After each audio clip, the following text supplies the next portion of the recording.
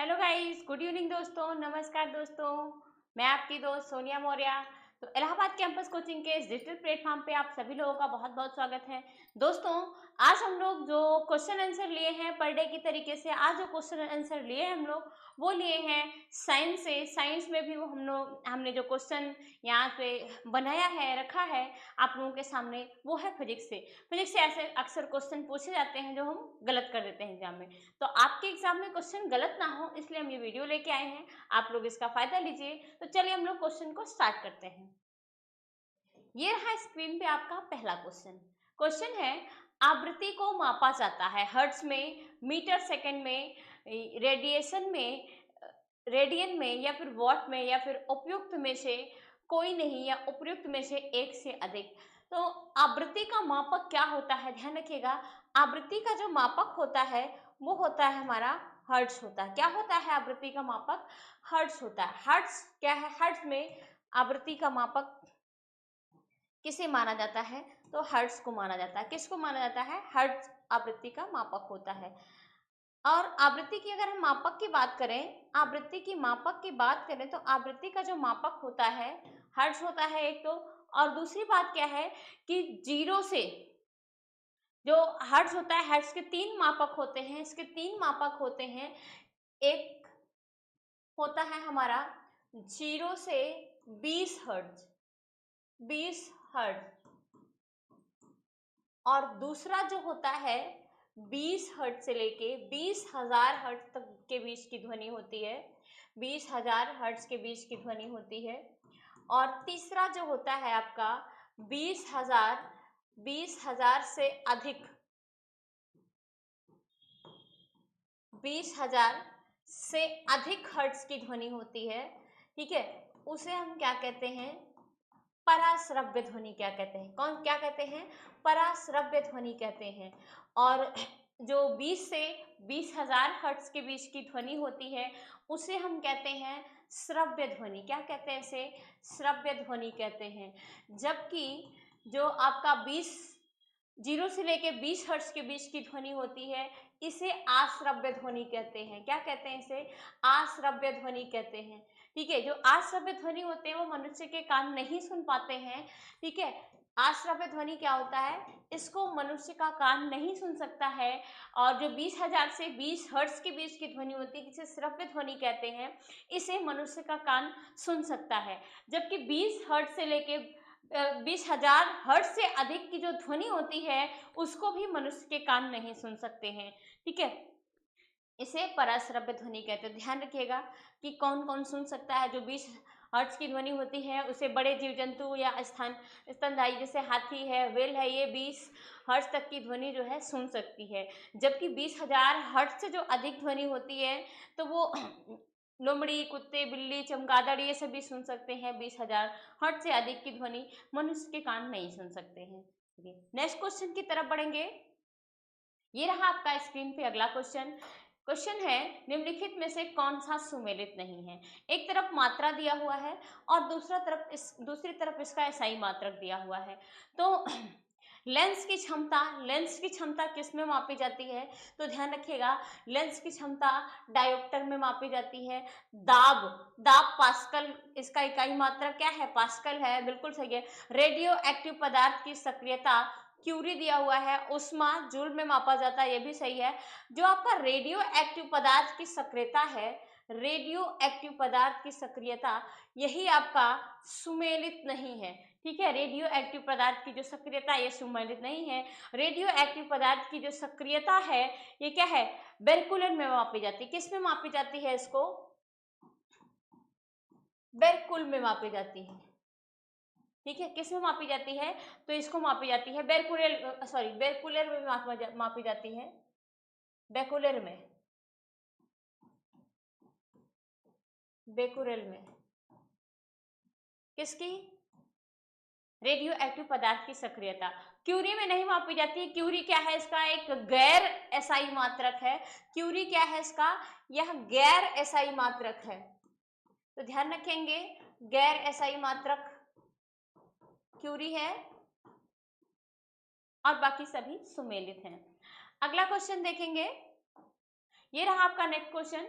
प्रकाश वर्ष है वह वर्ष जिसमें फरवरी 29 दिनों की होती है। वह दूरी जो प्रकाश एक वर्ष में तय करता है, वह समय जो सूर्य की किरणें पृथ्वी तक पहुंचने में लग देती हैं, या वह समय जिसमें अंतरिक्ष यान पृथ्वी से चंद्रमा तक पहुंचने में लेता है। तो ध्यान रखिएगा, इसका सही उत्तर क्या होता है? प्रकाश वर्ष क्या होता है?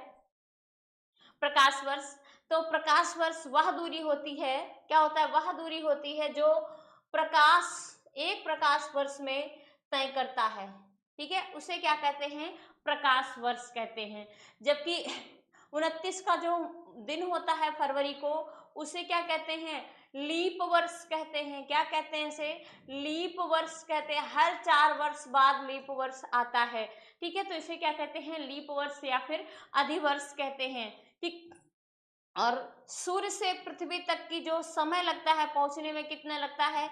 8 मिनट लगता है। 8 मिनट 16 सेकंड का समय लगता है। 16 सेकंड का समय लगता है। 8 मिनट 16 सेकंड में पृथ्वी से सूर्य की किरणें सूर्य से जो है पृथ्वी पे पहुंच जाती हैं। सूर्य की किरणें जो है पृथ्वी पे पहुंचती हैं। तो इसका सही उत्तर क्या होगा? वह दूरी जो एक प्रकाश वर्ष में, ठीक है, तय की गई है। किसके द्वारा? प्रकाश के द्वारा तय किया गया जो दूरी होता है।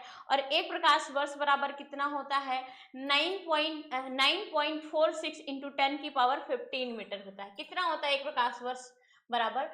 एक प्रकाश वर्ष बराबर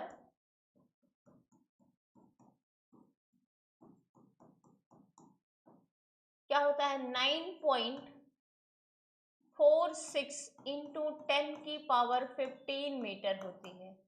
ये ध्यान रखिएगा, एक प्रकाश वर्ष बराबर क्या होता है? 9.46 इंटू 10⁻15 मीटर होती है एक प्रकाश वर्ष बराबर। नेक्स्ट क्वेश्चन है, अगला क्वेश्चन है हमारा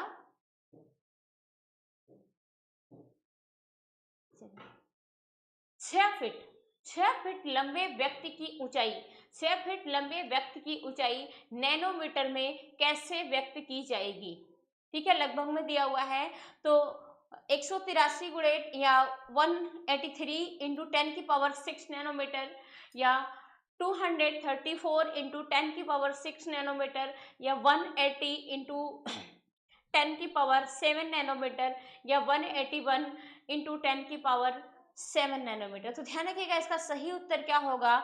183 इंटू 10⁻7 नैनोमीटर होता है, ठीक है। नेक्स्ट क्वेश्चन है, एक हार्स पावर में कितने वाट होते हैं? क्या है? एक हार्स पावर में कितने वाट होते हैं, यानी एक जो अश्व शक्ति होती है उसमें कितने वाट होते हैं? 1000 होते हैं, 750 होते हैं, 746 होते हैं, या फिर 750 दो बार दे रखा है। तो ध्यान रखिएगा, एक हार्स पावर में कितने वाट होते हैं? तो 746 वाट होते हैं। ये सभी क्वेश्चन रटने वाले हैं, बस 746 वाट होते हैं, ठीक है। नेक्स्ट क्वेश्चन है, निम्नलिखित में से कौन सा सुमेलित नहीं है? नॉट जहाज के चाल की माप, नॉटिकल मील नौ संचालन में प्रयुक्त दूरी की इकाई, एमस्ट्रॉम प्रकाश के तरंग दैर्घ्य की इकाई, प्रकाश वर्ष समय मापन की इकाई। ध्यान रखिएगा भाई, प्रकाश वर्ष जो होती है दूरी की इकाई होती है, ना कि समय मापन की इकाई होती है। तो यही वाला आंसर आपका क्या होगा? सही हो जाएगा। प्रकाश वर्ष क्या होता है? दूरी की इकाई होती है। नेक्स्ट क्वेश्चन है, निम्नलिखित में से कौन सा एक सुमेलित नहीं है? इसमें से कौन सा सही सुमेलित नहीं है?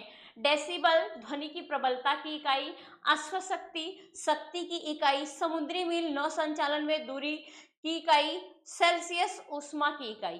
तो ध्यान रखिएगा, ये जो हमारा सेल्सियस होता है ये ऊष्मा नहीं बल्कि किसकी इकाई होती है? सेल्सियस ताप की इकाई होती है। किसका इकाई होगा? ये ताप की इकाई होती है। तापमान या ताप की इकाई बोली जाती है। तापमान या फिर ताप की इकाई होती है सेल्सियस। नेक्स्ट क्वेश्चन है, तेल का एक बैरल निम्न में से लगभग कितना होता है? 131 लीटर, 159 लीटर, 179 लीटर, या 201 लीटर। तो ध्यान रखिएगा, जो एक तेल का जो एक बैरल होता है वो कितना होता है? 159 159 लीटर होता है, 159 लीटर होता है। इसका सही आंसर क्या होगा? 159 लीटर होगा। नेक्स्ट क्वेश्चन है, क्यूसेक में क्या मापा जाता है? क्यूसेक में क्या मापा जाता है? जल की शुद्धता, जल की गहराई, जल का बहाव या जल की मात्रा? तो ध्यान रखिएगा, जो जल की शुद्धता मापी जाती है वो किसमें मापी जाती है? बीओडी। किसमें? बीओडी और सीओडी में मापी जाती है। सीओडी में मापी जाती है, बीओडी और सीओडी। बीओडी यानी बायोलॉजिकल ऑक्सीजन डिमांड और केमिकल ऑक्सीजन डिमांड में क्या है? जल की शुद्धता मापी जाती है।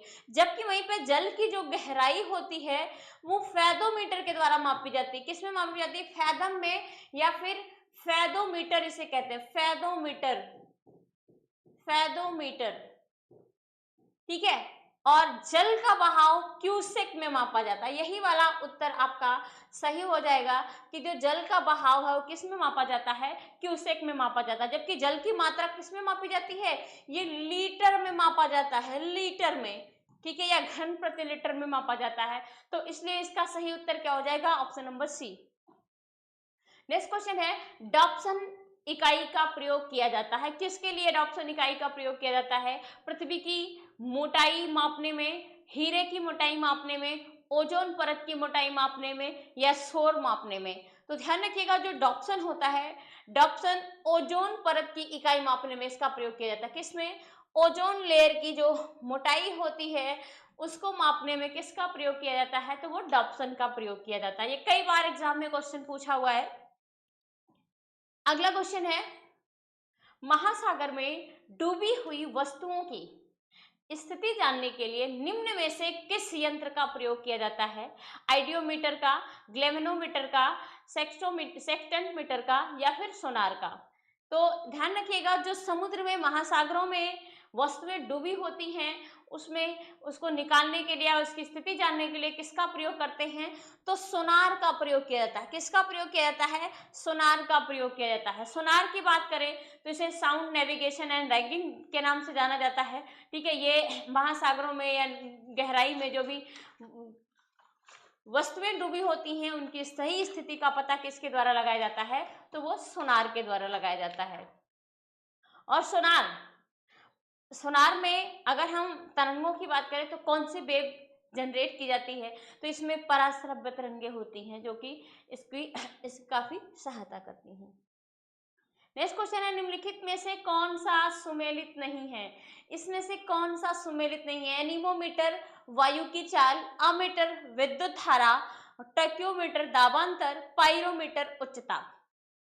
इनमें से कौन सा सही सुमेलित नहीं है? तो ध्यान रखिएगा, पाइरोमीटर आपका उच्च ताप सही मापक है और अमीटर विद्युत धारा मापी जाती है, एनीमोमीटर वायु की चाल मापी जाती है। जो कि टैक्योमीटर है ये दाबांतर के मापने के लिए, दाब को मापने के लिए, दाब का जो अंतर होता है उसको मापने के लिए नहीं है, बल्कि आपका जो टैक्योमीटर है, क्या? टैक्योमीटर। तो ध्यान रखिएगा, टैक्योमीटर यह एक प्रकार का सर्वेक्षण उपकरण है, ठीक है। सर्वेक्षण के लिए इसका उपयोग किया जाता है। तो यह क्या है? सर्वेक्षण उपकरण है। तो यही आपका सुमेलित नहीं है, सर्वेक्षण उपकरण है। नेक्स्ट क्वेश्चन है, निम्नलिखित में से किसे 1500 डिग्री सेल्सियस से अधिक तापमान हेतु या तापमापन हेतु प्रयोग में लाया जा सकता है? वो कौन सा है जिसको 1500 डिग्री सेल्सियस से अधिक टेम्परेचर मापने के लिए प्रयोग किया जाता है? तो चिकित्सीय थर्मामीटर, ताप वैद्युत युग्म थर्मामीटर, प्लेटिनम प्रतिरोध थर्मामीटर या फिर पाइरोमीटर।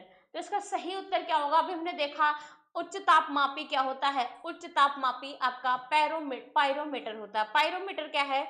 ये बहुत ही उच्च टेम्परेचर मापने के लिए इसका क्या किया जाता है? प्रयोग किया जाता है। नेक्स्ट क्वेश्चन है, निम्नलिखित युग्मों में कौन सा एक सही सुमेलित नहीं है? निम्नलिखित युग्मों में से कौन सा एक सही सुमेलित नहीं है? आइडियोमीटर वाहनों के पहियों के द्वारा तय की गई दूरी मापने का यंत्र, ओंडोमीटर विद्युत चुंबकीय तरंगों की आवृत्ति मापने का यंत्र। फिर दिया है आइडियोमीटर ध्वनि की तीव्रता मापक युक्ति, एमीटर विद्युत शक्ति मापक यंत्र। इसमें से कौन सा सुमेलित नहीं है? तो ध्यान रखिएगा, जो हमारा एमीटर है, एमीटर जिसे बोलते हैं, एमीटर, ये क्या है? ये विद्युत शक्ति मापक यंत्र नहीं है, बल्कि विद्युत धारा को मापा जाता है। एमीटर के द्वारा किसको मापा जाता है? ये विद्युत धारा को मापक होता है, विद्युत धारा का मापक होता है।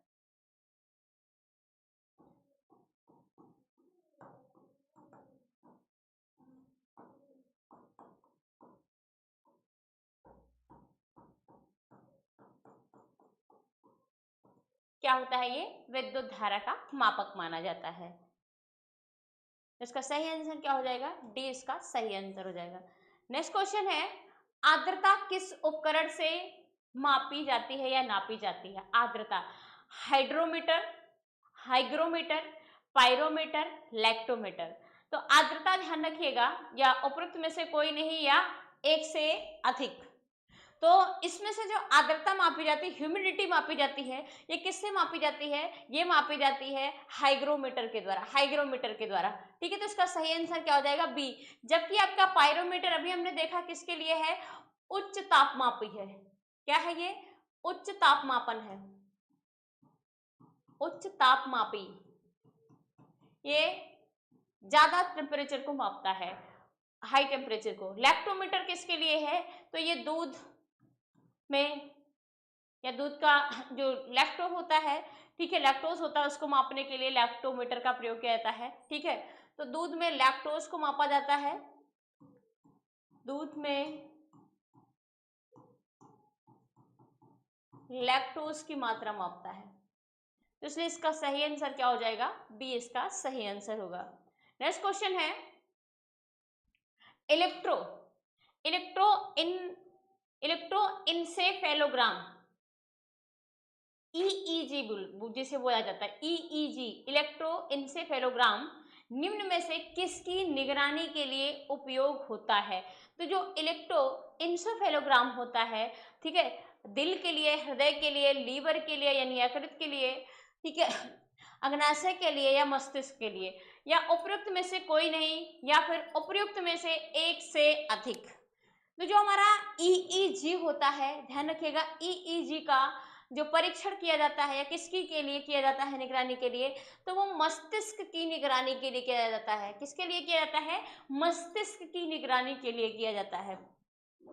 नेक्स्ट क्वेश्चन है, सूची को सूची से सुमेलित कीजिए और इसमें कौन सा सही है, उसका सही उत्तर देना है भाई। स्टेथोस्कोप, प्रकाश की तीव्रता मापने के लिए, सिस्मोग्राफ, सोने की शुद्धता का पता लगाने के लिए, कैरेटोमीटर, हृदय की गति सुनने के लिए, लक्सीमीटर, रक्तचाप मापने के लिए। तो देखिए एक साइड से दिया हुआ है, लेकिन अगर हम देखते हैं जो हमारा स्टेथोस्कोप होता है, क्या होता है? स्टेथोस्कोप, डॉक्टर इसको गले में टांग के घूमते हैं, किसके लिए होता है? ये हृदय, हार्ट को मापने के लिए क्या कर जाता है? स्टेथोस्कोप का प्रयोग किया जाता है। जबकि आपका सिर्फ मैनोमीटर होता है, ये किसके लिए? ये रक्तचाप, ठीक है, रक्तचाप मापने के लिए प्रयोग किया जाता है। कैरेटोमीटर किसके लिए? सोने की शुद्धता मापने के लिए प्रयोग किया जाता है। और लक्सीमीटर, ठीक है, लक्समीटर, ये किसके लिए? प्रकाश की तीव्रता मापने के लिए प्रयोग किया जाता है। तो इसका सही उत्तर क्या हो जाएगा? ए का 3, ए का 3 किसमें है भाई? ए का 3, ठीक है, बी ऑप्शन इसका सही होना चाहिए। ए का 3 और बी का 4, सी का 2 और डी का 1, ठीक है, सी वाला ऑप्शन इसका क्या होगा? सही हो जाएगा। कौन सा आंसर सही होगा इसका? सी वाला आंसर सही हो जाएगा। नेक्स्ट क्वेश्चन है, रडार उपयोग में आता है, रडार उपयोग में आता, किसके उपयोग में रडार का प्रयोग किया जाता है? प्रकाश तरंगों द्वारा वस्तुओं का पता लगाने में, ध्वनि तरंगों को परावर्तित कर वस्तुओं में, रेडियो तरंगों द्वारा वस्तुओं की स्थिति ज्ञात करने में, वर्षा करने वाले बादलों का पीछा करने में। तो जो हमारा रडार होता है, ध्यान रखिएगा, क्या? रडार, रडार किसके लिए प्रयोग किया जाता है? तो जो रेडियो तरंगे होती हैं उसके द्वारा जो वस्तुएं होती हैं उनकी स्थिति का पता लगाया जा सकता है, किसके द्वारा? रडार के द्वारा। किसके द्वारा लगाया जाता है? रडार के द्वारा लगाया जाता है। इसका सही आंसर क्या हो जाएगा? सी इसका सही आंसर होगा। अगला क्वेश्चन है, निम्नलिखित में से कौन सा सुमेलित नहीं है? इसमें से कौन सा सही सुमेलित नहीं है? सेल्सियस तापमान, किलोवाट आवर विद्युत RH गुणांक रक्त रिएक्टर पैमाना आर्द्रता। तो ध्यान रखिएगा कि जो रिएक्टर पैमाना होता है वो आर्द्रता का मापक नहीं होता। आर्द्रता का मापक क्या होता है? हाइग्रोमैनोमीटर होता है। क्या होता है? हाइग्रोमैनोमीटर होता है। रिएक्टर पैमाना जो होता है किसके लिए यूज किया जाता है? तो ये भूकंप मापी यंत्र होता है, भूकंप के लिए प्रयोग किया जाता है। किसके लिए प्रयोग किया जाता है? भूकंप के लिए प्रयोग किया जाता है। ठीक है, तो रिएक्टर स्केल पे भूकंप को मापा जाता है। इसका सही उत्तर क्या हो जाएगा? डी इसका सही आंसर होगा। नेक्स्ट क्वेश्चन है, इसमें भी सही सुमेलित करना है। फेदोमीटर, बैरोमीटर, हाइग्रोमीटर और अल्टीमीटर। इधर दिया हुआ है वायुमंडलीय दाब, वायुमंडलीय आर्द्रता, ऊंचाई और समुद्र की गहराई। तो फेदोमीटर की बात करें, फेदोमीटर किससे संबंधित है? ये समुद्र की गहराई मापता है। जबकि आपका समुद्र की गहराई मापता है कौन सा? फेदोमीटर। इसके अलावा आपका अल्टीमीटर या हाइग्रोमीटर की बात करें, हाइग्रोमीटर क्या है? ये वायुमंडलीय आर्द्रता को मापता है। और यहीं पे देखिएगा, इसके अलावा वायुमंडलीय दाब, बैरोमीटर क्या है? वायुमंडलीय दाब को मापता है। और अल्टीमीटर किसको मापता है? अल्टीमीटर ये ऊंचाई को मापता है। तो ए का 4 भाई 2 में है, सी में भी है और बी में भी है। ठीक है, ए का 4 हो गया और बी का 1, ए का 4 बी का 1। इसका सही उत्तर क्या हो जाएगा? बी वाला इसका ऑप्शन सही हो जाएगा। बी वाला इसका ऑप्शन क्या होगा? सही होगा। यही वाला ऑप्शन सही हो जाएगा और ये वाला ऑप्शन क्या होगा? गलत हो जाएगा। नेक्स्ट क्वेश्चन है, निम्नलिखित में से कौन सा सही सुमेलित नहीं है? इसमें से कौन सा सही सुमेलित नहीं है? मैनोमीटर दाब, कार्ब्यूरेटर, आंतरिक दहन इंजन, कार्डियोग्राम हृदय गति, सिस्मोग्राफ पृष्ठ तल की वक्रता। तो ध्यान रखिएगा, सिस्मोग्राफ किससे मापे जाते हैं? सिस्मोग्राफ के द्वारा। तो सिस्मोग्राफ के द्वारा किसको मापा जाता है? ये भूकंप मापी यंत्र होता है। किसको मापा जाता है? ये भूकंप को मापा जाता है, पृष्ठ तल को नहीं मापा जाता है।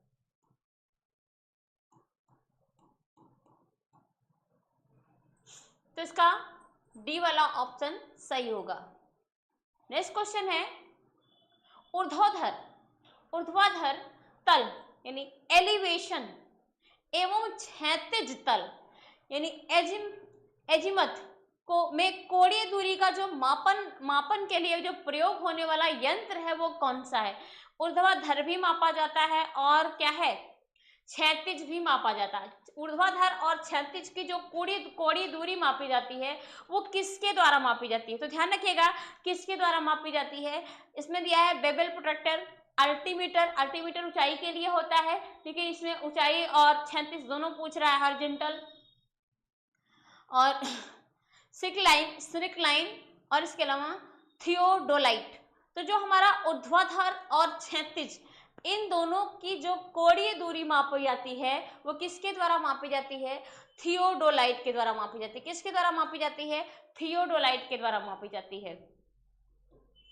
नेक्स्ट क्वेश्चन है, एक व्यक्ति एक संवेदनशील तराजू पर खड़ा है। अच्छा क्वेश्चन है। एक व्यक्ति एक सेंसिटिव तराजू पे खड़ा है, संवेदनशील तराजू पर खड़ा है।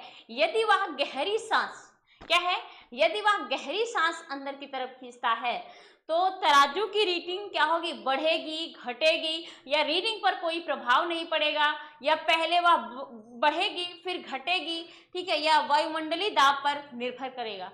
तो क्या इसका सही आंसर होगा? तो ध्यान रखिएगा, एक व्यक्ति जब संवेदनशील व्यक्ति होगा, जब वो अंदर की तरफ यानी जब वो गहरी सांस लेता है ऐसे, तो जब वो गहरी सांस लेता है तो उस समय क्या स्थिति होती है? ध्यान रखिएगा, उस समय तराजू की जो रीडिंग होती है, तराजू की रीडिंग बढ़ेगी। क्या होगी? बढ़ेगी। जबकि जो हमारा व्यक्ति है, ये जो व्यक्ति है, ठीक है, व्यक्ति का जो घनत्व होगा, डेंसिटी होगा, वो कम होगा। तो व्यक्ति का घनत्व यहाँ पे कम होगा, घनत्व में कमी आएगी। ठीक है, व्यक्ति के घनत्व में कमी आएगी और तराजू की रीडिंग क्या होगी? बढ़ेगी। 1 लीटर जो वायु होती है, 1 लीटर वायु में जो वजन होता है 1.225 ग्राम होता है, ठीक है। 1 लीटर वायु में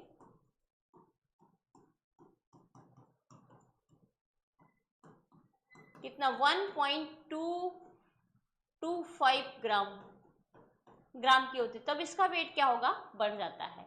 तो इसको ध्यान में रखना है। इसका सही आंसर क्या होगा, ए होगा। नेक्स्ट क्वेश्चन है ऊर्जा का संरक्षण। ऊर्जा संरक्षण का आशय है कि ऊर्जा संरक्षण का आशय क्या है, ऊर्जा का सृजन करना, ऊर्जा का सृजन और विनाश होता है, ऊर्जा का सृजन हो सकता है, ऊर्जा का सृजन नहीं हो सकता है परंतु विनाश हो सकता है। ऊर्जा का ना तो सृजन हो सकता है और ना ही विनाश हो सकता है। तो ध्यान रखिएगा, ऊर्जा संरक्षण का आशय किससे है, तो ऊर्जा का ना तो सृजन हो सकता है, ना तो उसको आप स्टोर कर सकते हो, ना ही ऊर्जा का विनाश होता है, बल्कि क्या होता है, ऊर्जा एक दूसरे में ट्रांसफर होती है, यानी परावर्तित होती है। तो इसका सही आंसर क्या होगा, इसका सही आंसर डी होगा। ऊर्जा का ना तो सृजन किया जाता है, ना ही ऊर्जा का विनाश होता है, बल्कि ऊर्जा क्या है, एक दूसरे में परावर्तित हो जाती है, यानी ट्रांसफर हो जाता है। नेक्स्ट क्वेश्चन है हमारे द्वारा किया जाने वाला या किया जाने वाले ऊर्जा अधिकांश स्रोतों द्वारा संग्रहित और सौर ऊर्जा का प्रतिनिधित्व करते हैं। निम्नलिखित में से कौन सा अंततः सूर्य की ऊर्जा से व्युत्पन्न नहीं होता है। तो इसमें कौन सा सूर्य की ऊर्जा से व्युत्पन्न नहीं होता है, नाभिकीय ऊर्जा, भूतापीय ऊर्जा, बायोमास ऊर्जा या फिर पवन ऊर्जा।